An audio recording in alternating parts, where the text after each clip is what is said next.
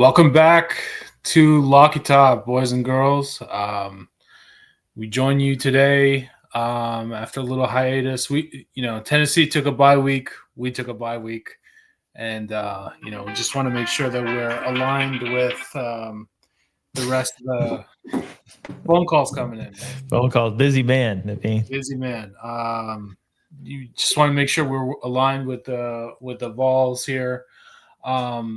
I'll take you through a little bit of our agenda today. We'll be talking about our overtime win versus Mississippi State. We'll be talking about our upcoming game versus Arkansas. We'll be talking about some of the biggest news from last week in college football, previewing some of the big games in college football, and kind of doing the same thing for NFL and kind of rounding it out with our best bets. First let's talk about that Mississippi State game, dude. What did you think? A little bit of a puckering. Yeah, man. Actually, a lot of puckering. I'll be honest with you. We played like absolute garbage offensively until the last drive there in the fourth quarter. You saw Joey hit some big time throws. Receivers started catching passes. I mean, we had some big drops there throughout the game, but Brazel stepped up huge there in the fourth. I even got to give it to my boy Braylon Staley. Even though he was killing us, fumbling the punt, it was just chaos there for Braylon Staley at the beginning of that football game. And then he caught that one pass on fourth down, and he literally drove three dudes about 4 or 5 yards in order to get that first down. So a lot of grittiness, a lot of toughness. I'll never apologize for getting a road win in the SEC, man. No matter who you're playing, this league is just too deep. Until you get to Kentucky, Kentucky's. That's about it. They're pretty bad, yeah. Kentucky. Maybe Texas now, easiest ones.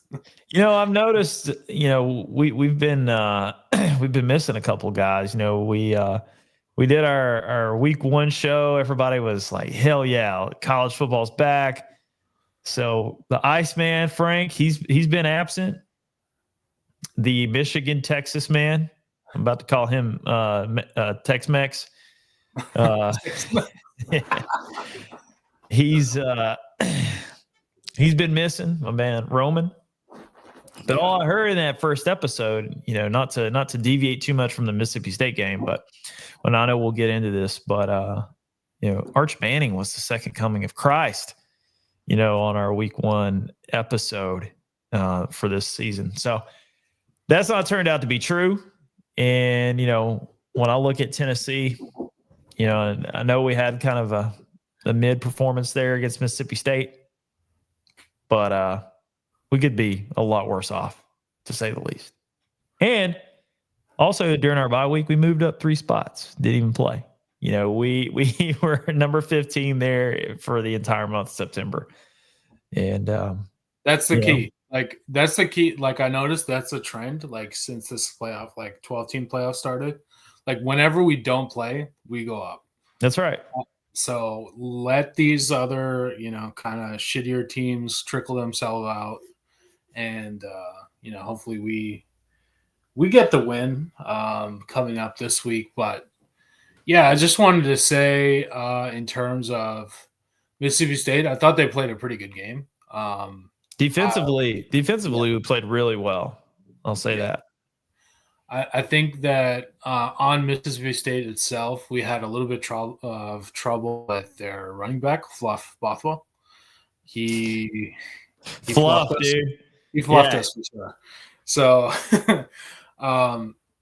good to see Brazel play well. Also, Mike Matthews. Shout out Mike Matthews putting up a honey bun. Yeah, rare sighting from him. So always good to see it. Josh Joseph's friend of the program coming in with the fumble return. Yeah, that's Naveen's favorite play in all of football. Oh yeah, fumble 6. Yeah, strip sack. Yeah, strip sack 6. A few things get me more hype in the world. I think it's like a perfect combination of what football is. Yeah. You I mean, he have got absolutely destroyed on that play. The Mississippi State quarterback. He was just sent to another galaxy. we like to call it the shadow realm. Yeah, Shadow Realm. Finish him. Like he was done. I think it was Arion Carter, or I think it was Arion Carter. I'll have to go back and look at the tape, but whoever it was, I think that laid the boom on that kid, man. Josh Joseph just picked it up and scoop easy. Yeah, that was nice. It's always like, it's also nice to see that we could do that on the road. Like, once we got into OT, we didn't crumble. I think that's important too. That's like a skill, right? Like, because last time we went to OT, unfortunately, what happened with Georgia happened, but yeah, it was on the road. Like, they were good. Like, I would say they were better than I thought they would be, for sure. Mississippi State. Like, I thought that we could win like kind of easily, but it was a fight. Like, I watched. I think at that point, that game was a little bit later than the Texas A&M game that I was at. So we basically got back to our Airbnb when we were down 7, and then kind of like turned on the TV, got everything working right when Joey Aguilar tied it. So that was like a perfect time to kind of enter. And yeah, it was a 1 yard. One play in overtime. Yeah, just here, go. Yep. So it's like we decided, like the last 15 minutes of real time in that football game, offensively, we decided, okay, all right, we're done messing around. We're gonna play football now. And just to set the record straight, Tyree West was the guy that destroyed the quarterback from Mississippi State, and then Josh Joseph was able to take that in. But we've had some other pleasant surprises, defensively this year. We had the pick 6 return. So our defense giving us 14 points there. We're going to need that again, I think. Kind of going forward, especially you look at Arkansas and Alabama coming up. We still got the injury bug in our defensive backfield, with Jermod McCoy being out and Ricky Gibson III. But we've had some kids step up, and I think it's easy to be like, man, what could this season be like right now with Ricky Gibson III and Jermod being healthy? I think we win the Georgia game. I really do. If they're playing, and we'd be the football darlings of college football right now. We'd be top 5. We'd be talking about not making the playoffs. We'd be talking about, are we going to host? Are we going to have a first round bye? That's what we would be talking about. We kind of be right where Ole Miss and A&M are, like roughly that, like 5-6 kind of level, maybe even top 3. Yeah, man, it's just so sad that we're 20 feet to the right on a field goal away from being there. Yeah, I think it's a little tough. Like, still that the false start, I think, was a turning point in that season, because let's say there was no false start. I want to go back to that kick. Like, let's say it was 4th and 7, and that was the kick from the get-go. I think the kid makes it. Yeah. I think it's just the chaos of everything happening. I don't like making excuses for people, but I do understand how you missed that. Because other than that, he's been pretty good, like our kicker. So Max, well, I think he missed one. He missed an extra point, didn't he, against Mississippi State? Oh shit! It was either an extra point or a field goal. I can't remember, but I know he missed another kick. Okay. So there's something going on with Max. Maximilian, I need you to fix that leg, dude. All right, like, yeah, we got to be solid, like, because all I could think about, these terrors, these not terrors that I've had since the Georgia game. Obviously, I'm not over them, but I just think about, Bloodbath McGrath just kicking the field goal against Alabama, the knuckleball, 52-49. Yeah. And, we've had a run of good kickers, and, Max, he was doing really well. But don't let Georgia be what broke you, Max. Don't Yeah. don't let that kick keep beating us all year. Okay? Right. Like still half the season left, like time to lock in. Like we're okay with, where we've dealt and processed with the Georgia. I don't know if we've processed it. We've dealt with Not processed it. it. We've dealt with it so far, but like it's not necessarily going to get it much easier, right? Until we play Kentucky. So No, it's looking we got our the Harley Davidson Motorcycle Club president rolling in this weekend, Bobby Petrino. I don't know if he's going to have a hot blonde with him, but he's bringing the hogs. He's calling the hogs, man. pretty crazy, dude. Pretty crazy that he basically staged a coup and took over. He Right? he finessed it all the way back. It just took him 14 years, but he made it back. Made it back. And it's been 18 years since Tennessee beat Arkansas. Imagine that. All right. So while we're talking about it, I think let's get into it, right? Okay. Let's talk about, first off, let's go with the keys to winning. I think the keys to winning are still pretty much the same every week. But let's reiterate that. We got to get good secondary play. We got to make some tackles. And I think we need to win the turnover battle. These are pretty much keys to winning for any football team, but specifically our team. We had Joey's first chink in his armor, throwing 2 picks versus Mississippi State. A lot of those were off ricochets from receivers' hands. Right. That's why I'm not too pressed about that. But we need to. What we did do well is we had that fumble 6, sack 6. We need to do one of those a game. Maybe not a 6, but we need fumbles. We need interceptions. We need positive, chaotic plays to beat these crappy teams. Arkansas, holy shit. I saw them while I was at my game. They were playing Notre Dame, and they got fucking destroyed by Notre Dame.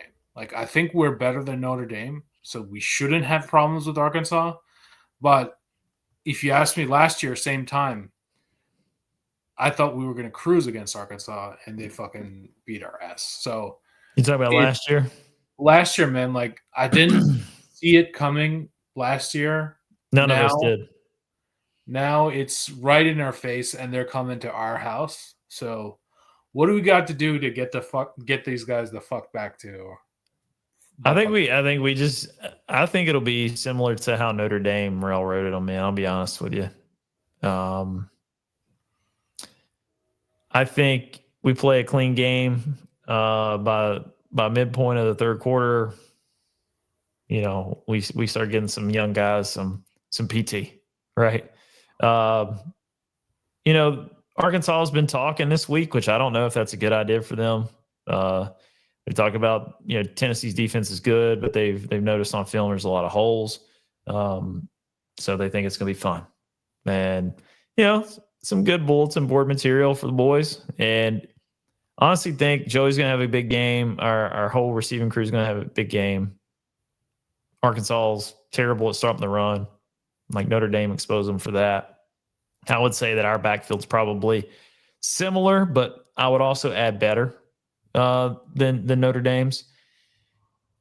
Shout out Brian Galtonecker. I know you'll probably see that. But anyway, just overall, man, we just have the dudes and they don't.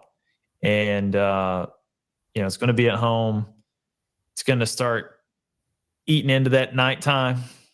Mm-hmm. Yeah, England at night gets a little crazy. So it's 4:15 kick, so that helps. Arkansas winning on the road. I don't know if that's happening for them this year in the league. I really don't. They can't even beat Memphis. So you're running into a lot of problematic things for them. And, I just think if we play a clean game, like I said, midway third quarter, we're fine. If we don't let What's their quarterback? Taylor Green. Taylor Green. We don't let him start getting silly, which Tennessee notoriously makes most quarterbacks look like a Heisman Trophy winner. If we keep him contained, don't let him get out and start creating plays with his feet, his legs, I think we'll be fine. I really do. Yeah, I think that we've been scared straight from last year. Yeah, we don't have Nico running out of bounds. We don't have that problem. Yeah, we don't have those kind of we don't have the ability to get blindsided by them because they already did it last year. Like they haven't won against a legit team, right? I would say their best game was probably against Ole Miss. And who knows how good Ole Miss actually is. They couldn't beat Memphis. They couldn't beat Ole Miss. They couldn't beat Notre Dame. They beat Arkansas State and Alabama A&M. So, like, these no wins in the SEC, no wins against good teams. Like, if you want to say Memphis and Notre Dame are good, fine, but still, like, we're at that level at least, right? Sure. Tennessee's at least at the Notre Dame level, if not better. I think they're better. I think they have a more complete team. One thing is with Joey, I'm not really panicked anymore. Like Nico, I had a certain level of panic to know which one of the was going to show up. Yeah. So this year, I think he's a lot more steady. He's a lot more poised. Like, I guess he's like, he's been through a bunch of different schools at this point. He knows what Josh is saying. And I think that it's a little bit more balanced than it was ever. Like it was very run heavy last year. A lot of Dylan Sampson. And, I get it, right? Basically, generational talent. Yeah. Generational talent at running back. But now he has to distribute the rock, and I think he's doing a good job of it. Like even his mistakes aren't really his fault. Like we just talked about tipped catches. Miles Kitzelman, man, you got to catch the football, buddy. Yeah, like if we play, let's say we have one turnover, I think we still win the game. Like one or fewer turnovers. Once you start getting into 2 and 3, like I can't make promises, but one turnover, we should win the game, and we shouldn't really be pressed into doing that much. Like these guys let up a lot of points. Like that's another thing for sure. Like we saw it every single loss, like the overhits. That's one thing I noticed about Arkansas. Like when they win like 30-10. When they lose, it's going to be, they were 13-53 or 56 versus Notre Dame. Yeah, they're a 12.5 point underdog here. Yeah, they're a 12.5 point underdog. I was just going to talk about that, Josh. Like, actually now 11.5 over under is 67.5. So I think Vegas is kind of like taking that thesis too, right? Like Tennessee and over is the way to go. Yeah, I think here, probably if I had to guess, I'd say 40-21 Tennessee. If I had to put a number to it, they're saying minus Tennessee minus 450. I think that's a lock too. Like if you want to just not like put it in a parlay, Tennessee is going to win this game for sure. No real like huge people out, I think. And even last year, if you look at it, Arkansas won 19-14, right? So like if they get into the under situation, we don't want to be in the swamp with them. No. So and I think that's the difference. I mean, even if they score, we can score. We can score. I think we could score at will. Yeah, like this is not even, Do you feel like this is trappy at all? Going in, get Alabama on the road. I mean, this would be like a look ahead situation. I wouldn't necessarily say a trap. Like, okay, let's say we go down, 7-0 to start the game. When we're talking about spreads, do you think it's trappy for a spread? I think traditionally you would call this a trap. Like, I don't necessarily like how this line is moving. Yeah, I got you. I can see Right. it. So Yeah. if we see here, we start off with the 12.5, Yep. and then it goes to 11.5. Someone bets it back to 12.5. Then we go back down. Like, that's not good to see in terms of like A lot Vegas of volatility going on. volatility, right? Volatility, that's right. So like you in this case, like if it was going to be a blowout, you'd like to see 12.5, 13.5, and maybe touch 14. Yeah. But it's actually moving the reverse way. So someone is betting a lot on Arkansas. But hopefully that person loses, right? I'm sure they will. Yeah. So It's probably yeah. Bobby Petrino. Yeah. So I wouldn't be too worried about it. I think it's a good like game for us mentally to get ready for Alabama. Because I do think that the Alabama that lost to FSU is a little bit different than what we're going to see next week. I think they're a lot cleaner. I think they've played a lot of different people. I think they have a lot of different experience than what the FSU game was. And yeah, that I'm very excited for. Very, very excited for that Tuscaloosa kind of. I think we're gonna beat them. Honestly, dude. I think we can beat them. I think we can also lose. I think that Bama is a little bit better than Georgia. If we had to look right now, who's better? I'd probably tell you. They beat them head to head. Yeah, They so did beat them head to head. Kalen DeBoer got his. Transitive properties though, man. It's never a real science in college football. I think Kalen DeBoer, that might be his specialty. Like save my job versus Georgia and just like chill the rest of the season. Yeah, piss down his leg the rest of the way. I mean, Vanderbilt should have really beat Alabama, in my opinion. You got Pavia just turning the ball over. So yeah, I think in the first half it was close. It was like, oh, you might say Vandy is like a little bit better than Bama, at least more prepared for the game. But second half, like some daddy dicking was happening on that defense. But it was a lot of self-infliction, man. You turning the ball over. Yeah. So I think it's fair to say like not in the victory formation. You got to get that knee down when you're getting tackled. That was embarrassing. Like if you're gonna do that, you have to win. You have to absolutely have to win.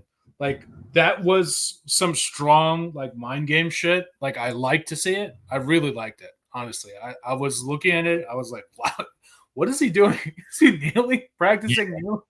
Yeah, dude. But yeah, like you have to win. Like it's mandatory at that point. Like, if you're gonna you gotta take it. Yeah, you got to take it too, because he was getting into it with some like grandpa, like going back to like I saw that it was basically like he was grabbing his crotch. Yeah, he's like, oh, my kids are watching. And then this guy, that's so funny because the guy that's complaining is so drunk, like unbelievably drunk. Yeah, and he was giving it back to Pavia. Like I like to see that. Yeah. That was good. I mean, fair is fair. You got to be able to take the risk too. Maybe here's just a piece of advice. Maybe don't hang around Johnny Manziel. Probably not a good idea, man. I'll just be honest. Johnny Manziel is probably not the right guy to be around if you're Diego Pavia. I'll be talking to him talking about him in a later segment, but okay, shouldn't be your role model for how to handle things. Yeah, yeah, it didn't work out well for him. Yeah, so I wanted to get to some of the bigger games of last week, just for our other fans out there, regular college football fans, and the Vol fans too. Huge upsets. Texas going down versus Florida. Billy Napier save your job game. It was cool to see. Like, well, I think save his job for now. I still think he's going to get fired at the end of the year. Dude, but yeah, just get buyout game. Like, sure. Maybe that's a rehire game, right? Like maybe like a Big 12 team will see that and be like, oh shit, you beat Texas. Beat Texas. But yeah, that was a pretty dominant performance in the sense that like it wasn't really ever close. Like not close. Not Arch is not in the same realm as Lagway or any of the other FCC QBs. He's a bum. He's not good. Like, I I think tried to tell y'all this. You did not want to listen to me. You guys, you're out there with the rat poison. I think like what made it like so clear was, why did you believe it? Why did you believe I think it's fun because I visit Austin like once a year, so it's fun to have Texas in the mix. I think at this point they kind of have to go to the portal. Like, it's not like salvageable. No. I don't think this guy has the NFL Pedigree. other than his last name. Yeah. And he really he's a DEI hire.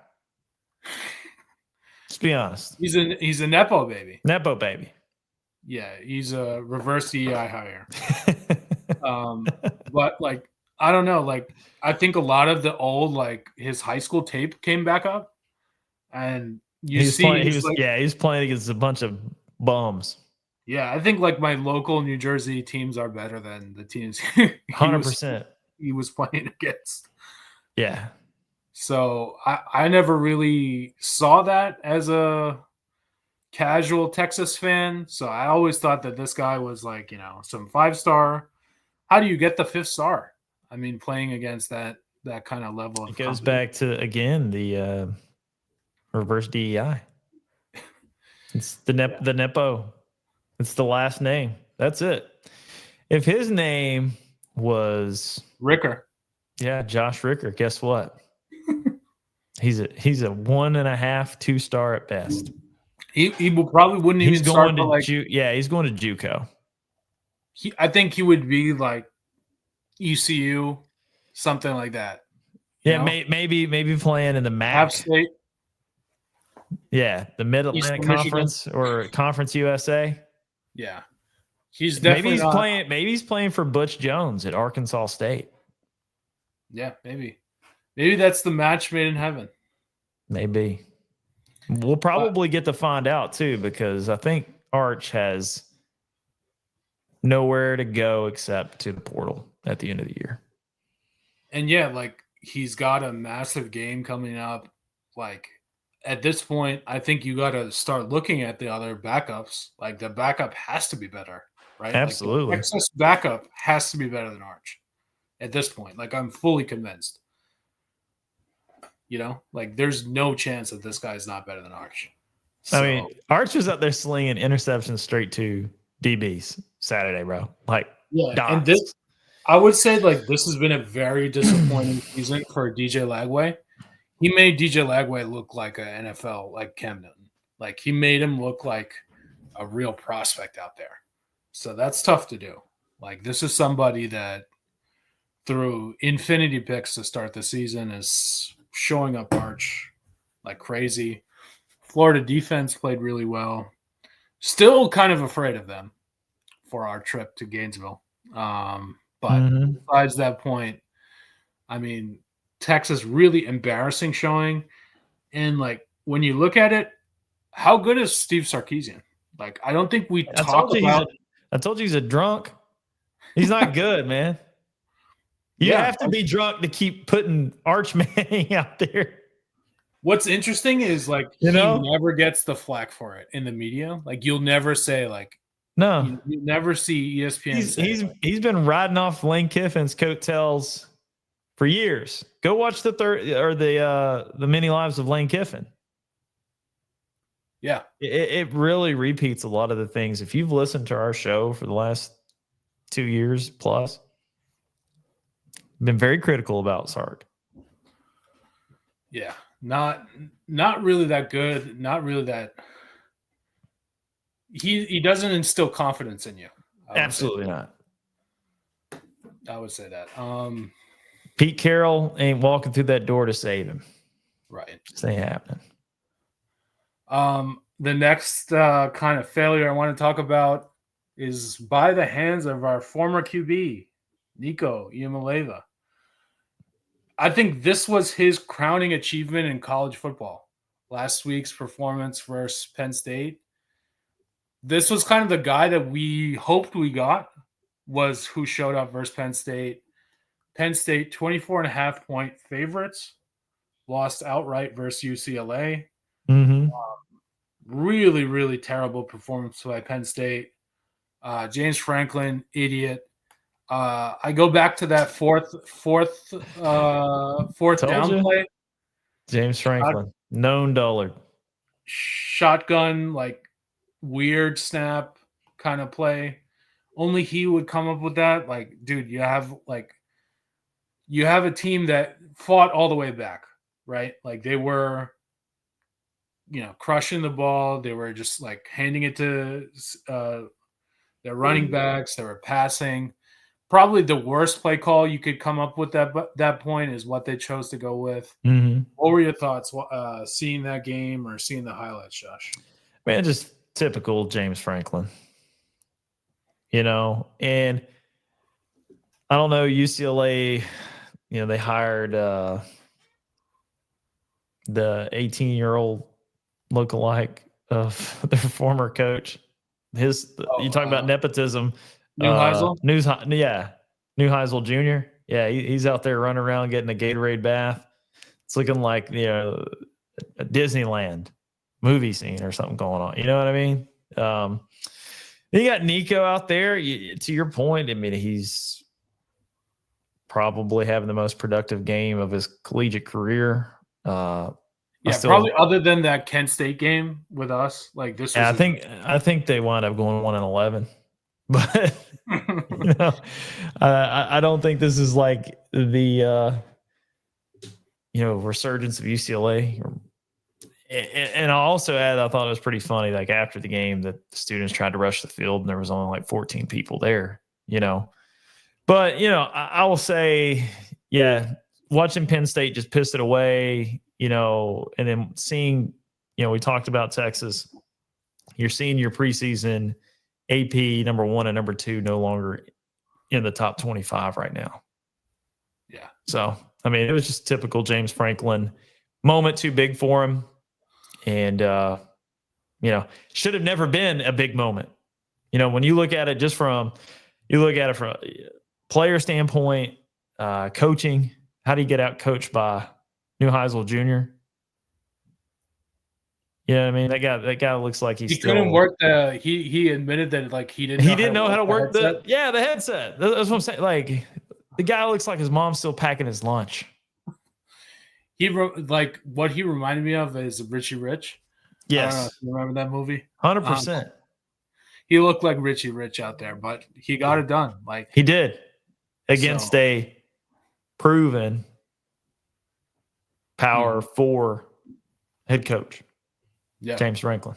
And this is interesting because like usually James Franklin crushes in this type of game, right? Like if it's not Penn State, if it's not Ohio State, if it's not Michigan, like you can count on a Penn State victory, but not this year. Nope. And it's funny because like Penn State, they don't have the money to buy him out. I think it's about $50 million to buy him out. Yeah, so they just got to suffer. They got to suffer with it. Yeah, they're going to be dealing with this for years. So if they want to be in permanent purgatory, they're going to be stuck that way. That's right. So yeah, that was interesting to see. And the last game I kind of wanted to recap was Miami versus FSU. Dude, really dominant performance by Miami. I think they should be number 1, like based on how they've gone this year. He's looking good, dude. He's looking good. Looking good. I think like not right now. I can tell there's like 2 big teams like Ohio State and Miami. Ohio State, like again, they're scheduled like whenever they play Oregon or whenever they play Michigan, they're going to see their tests. But dominant performances, got very, very close in the end, kind of artificially. They kind of just, packed it in, parked the bus kind of mentality in the fourth quarter. But really dominant performance from both those teams. Josh, I wanted to get into week 7. talk through some of the big games, there are a couple I wanted to highlight real quick. We talked about Texas before. Oklahoma plus 1.5 versus Texas. John Mateer is going to try to play. So that's the Bad news. idea.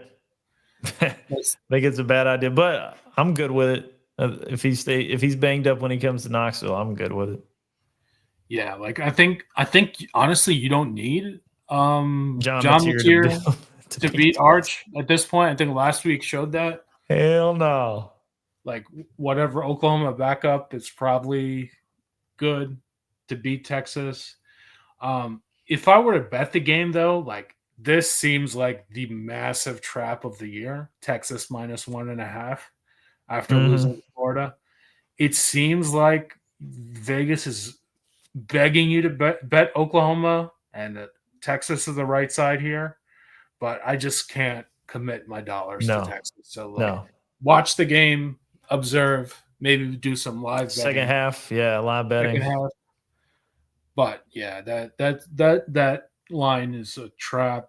Missouri's going to beat Alabama. Missouri? Mark it down. All right. Missouri. I'm telling you, that's my blood bank guarantee of the week. Okay. Missouri plus 2.5 versus Bama.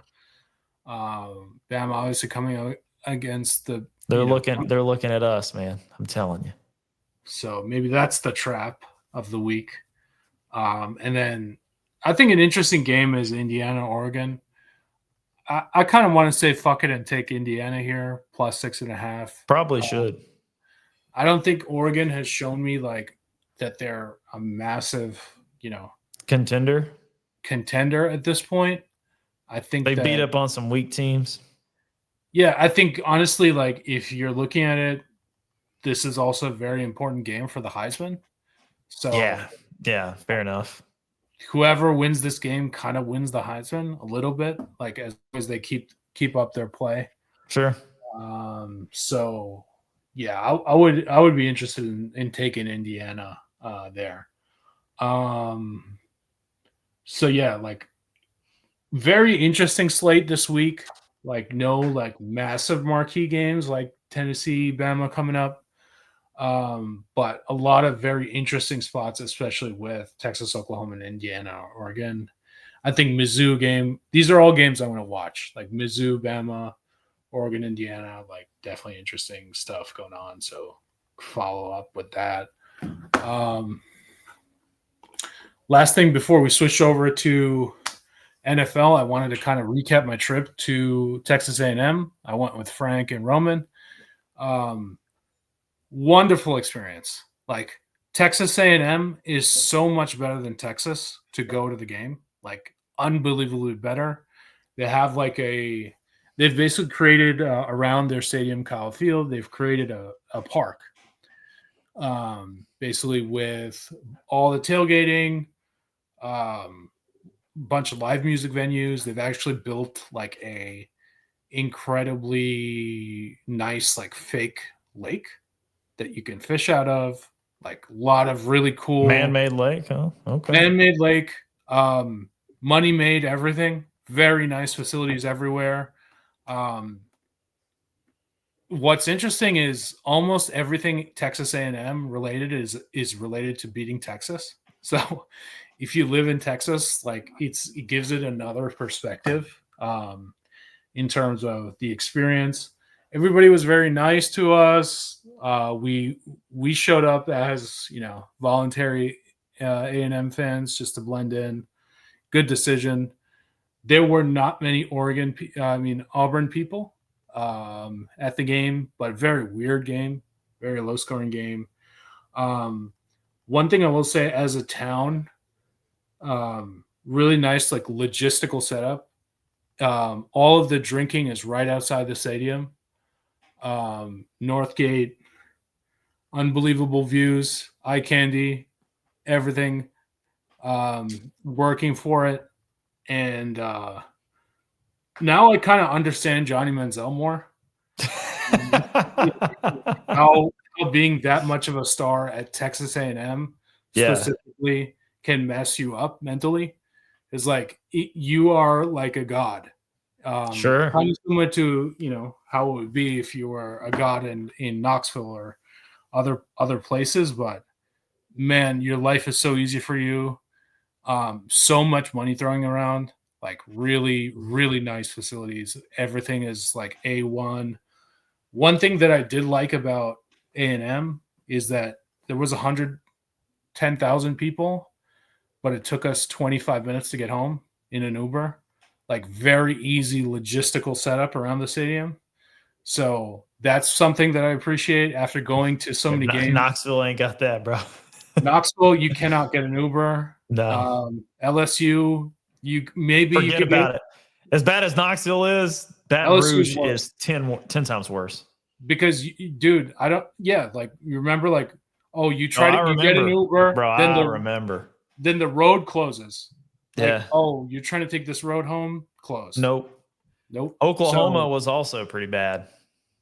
Yeah, so very good logistically. I will say that. Only problem is they do have the no signal problem. They do have like the no service New York City problem. So I think that's really like fair trade-off. Fair trade-off. It's worth it. Like I would recommend. I just wanted to come on here and say, if Texas A&M and Tennessee ever play each other in College Station, that's a good trip to make. Very easy. Okay. Put it on the list. Put it on the list. Put it on the list of places to go. So, just doing my due diligence and giving props to the A&M because they deserve it for the experience they put out. All right, I think we have NFL left and our best bets. So, NFL last week, I will say that it started off with my Vikings in I guess to start off with Niners and Rams. Niners edging out the Rams last Thursday. My Vikings winning versus the Browns. What else do we have? Big games. Broncos beat the Eagles. And then we had, I think the game of the week was Titans, baby. Titans winning off of like some of the most ugly football you've ever seen.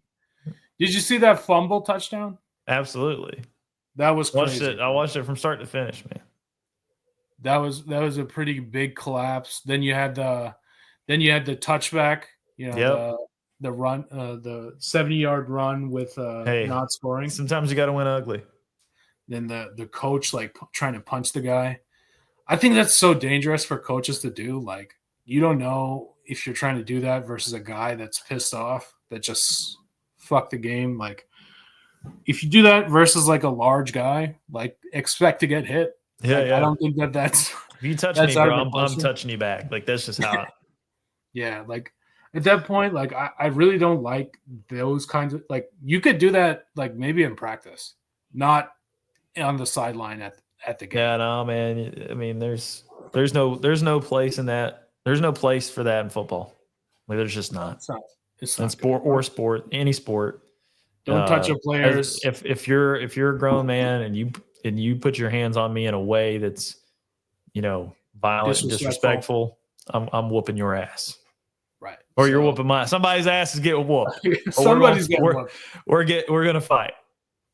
Yeah, not a good scene there. I think my game of the week was definitely Seahawks Bucks. Yeah, it was a great game. I really like watching Baker Mayfield. He's crazy, dude. Of course you do.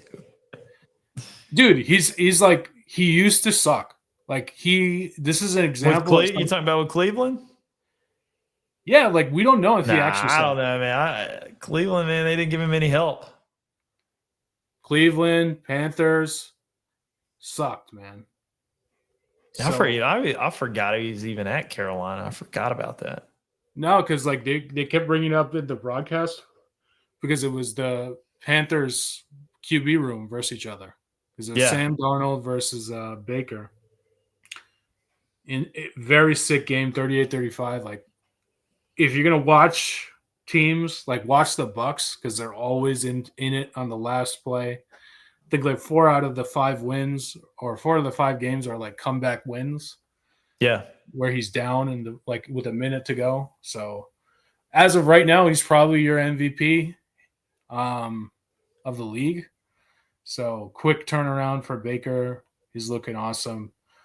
I think like the interesting games of the week for me are Seahawks at Jags, Seahawks -1.5, Lions +1.5 at Chiefs.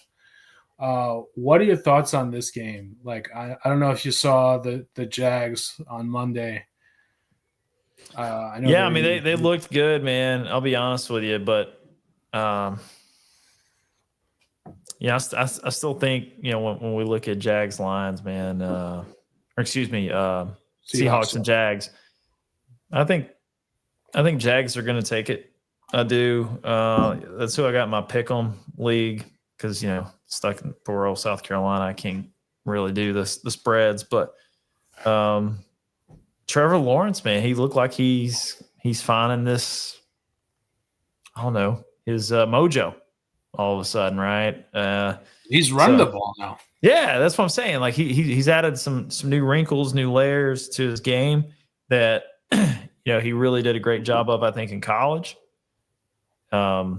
He's figured out how to bring that into his game now as a pro, and I think it's really been beneficial for his team. I think what the over is 47.5, under, yeah, something like that. But yeah, man, I think take Jags -1.5 for sure. All right. And I think like the trap game of the week is definitely Lions Chiefs. Like Chiefs now -2.5 hosting the Lions. You can't fall for the Chiefs. This isn't your dad's or your uncle's Chiefs, guys. I'm telling you, the Lions right here. Take Lions, pile on the Lions. Over under 52.5. Like Lions look like a well-oiled machine on offense. They do, man. They do. They don't think it doesn't look like a drop-off at all from losing Ben Johnson. Like they look exactly the same, if not better. And whereas, if you look at teams like Philly who lost their coordinator, look way worse. Way worse.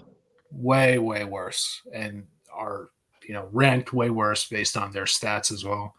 Lions highest total of any team so far, like best offense ever in terms of points. So sick game. And Sunday Night Football, like NFL knows what it's doing. Like putting this at Sunday night, perfect. 100%. So that's good to see. So I think at this point, all we have left are our best bets. Josh, you talked about Missouri. Yeah, man, that's your blood bank guarantee. I'm telling you right now, Alabama they're going on the road, I think, to Mizzou. Yeah. And I think they're looking ahead to Tennessee for sure. Feeling great about themselves, coming off 2 big wins against Vanderbilt and Georgia. But they're running a murderer's row right now. I'll be honest with you. You think about that coming into the Tennessee game, and that kind of concerns me that we'll be running into a hornet's nest. Just as a Tennessee fan, the only way that it could be set up to be even more hostile for us is for them to lose against Missouri. They'll be playing for their playoff lives moving forward. So that might spell some bad juju for us. The CES will be in full effect next week when we travel to Tuscaloosa. But I do think Rugrat Eli Drinkowitz, Tommy Pickles lookalike, is going to bend Bama over the barrel and show them all 50 states. It'll be a close game, probably a 3-point game, but Mizzou gets it done by a field goal and covers 2.5, and they win outright. Okay. Only 4 bets for me this week, kind of a light week. I'm going to be watching a lot and kind of like maybe live betting, but one of my bets is South Florida versus North Texas. Go Bulls. Goalish. I watched the whole game. I love you, bro. I watched the whole game last week because I had their spread -27. Who were they playing? I was watching. I can't remember who it was. Who were they playing? They smashed them, though. Yeah. They smashed them, bro. Yeah, dude. Was it like Tulane or somebody like that? It's somebody exactly like Tulane. Let me go back. They played Charlotte. The 49ers. Yeah. Yeah. So I think Smash. they had like 5 turnovers and they had like 7 drops. They still covered the 27. Yes. Like I think that they really put it out in North Texas. And this game is one of those weird It's a games conference game. Yeah. It's a conference game too. It's crazy. And I think it's important for South Florida. Like if they want to make the playoff, they got to win this game for sure. Convincingly. And I think that they will make the playoffs. So this is a team that I think that's outside of your traditional powerhouses. That's good. Like I would not want to play them, frankly. Yeah. So that's one team I'm taking, and then I have 2 wagons that I take every week. I take Ohio State every week, and I take Texas Tech every week. Has not served me wrong so far. Minus 14.5 on both. So Ohio State minus 14.5, Texas Tech minus 14.5. Ohio State is playing Illinois. But Dub. I think like that's easy. They're on the road in Illinois, but we saw what Indiana did to them, and I think Ohio State is better than Indiana. So transitive property there. And then Texas Tech. Texas Tech is, I think, the cover team of the year. They are playing Kansas. Really, really solid team in Texas Tech. One game, they're versus Utah. Their starter went out. The backup is even better than the starter. I think he's from the general Tennessee area too. I forgot his name. Who is it? The Texas Tech backup. I don't watch a lot of Big 12 football. But anyway, I'm telling you, he's good. Okay. Take your word for it. And then I have Indiana plus 6.5 out of versus Oregon. I just don't buy as much of the Oregon hype. Like, I guess Oregon's signature win is Penn State, but what does that really mean? That's nothing now. That doesn't mean shit. And they had to go to OT to get that win. So, like, you could easily tell me Indiana is way better than Oregon, and I believe transitive properties. Yep. So those are our bets. Again, we got Mizzou, Florida State, Ohio State, Indiana, and Texas Tech. Should be relatively easy wins for all those. Definitely going to be watching the Red River rivalry, Texas versus Oklahoma. We'll see if John Mateer plays. Again, we got Arkansas coming up. We want to see if we're ready for that Bama game. 11.5 spread there, so should be covering that relatively easily. But don't want to get our hopes up and prematurely celebrate. But let's go ahead and crush them by 20. That's right. I think we need to. I think we need that one in our system. Yeah. After our relatively inconvincing tough on the ticker against Mississippi State, bro. It really was. So that's really all we got. Josh, you want to take us out? Yeah, man. Hey, big couple of weeks coming up for Tennessee, man. We got a big stretch of games starting off this weekend. So hopefully we take care of it. And we're winners this week, not only on the field, but just like you heard our best bets, go out and try to make yourself some money. We appreciate you guys for tuning in. We're almost to the halfway point of the college football season, which is kind of depressing, but man, time's moving fast.